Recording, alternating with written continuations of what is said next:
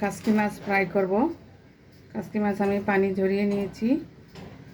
এটার উপরে একটু সামান্য আদা বাটা, একটু রসুন বাটা, একটু লাল মরিচের গুঁড়া, একটু হলুদের গুঁড়া, একটু ধনিয়ার গুঁড়া, একটু ধনে পাতা, একটু লবণ, একটু কাঁচামরিচ আমি আমার পরিমাণ মতো নিয়েছি।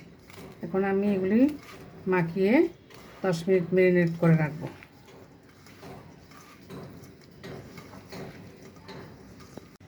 মাছটি ম্যারিনেট হয়ে গিয়েছে।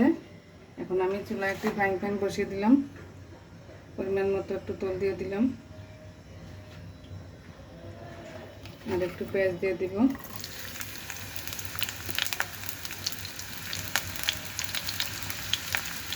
পেঁয়াজটা একটু ভেজে নিচ্ছি।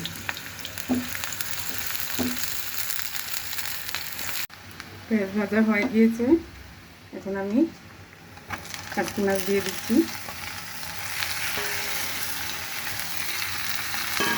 সেটা আমি আস্তে আস্তে ছড়িয়ে ছড়িয়ে লাল লাল করে ভেজে নেব। হয়ে গিয়েছে আমার কাসকি ফ্রাই। এটা ভাত এবং পোলাও দুটার সাথেই খাওয়া যায়। যদি আমার রান্নাটি ভালো লাগে, কাইন্ডলি আমার চ্যানেলটিকে সাবস্ক্রাইব করে দেবেন এবং শেয়ার করে অন্যকে দেখার সুযোগ করে দেবেন।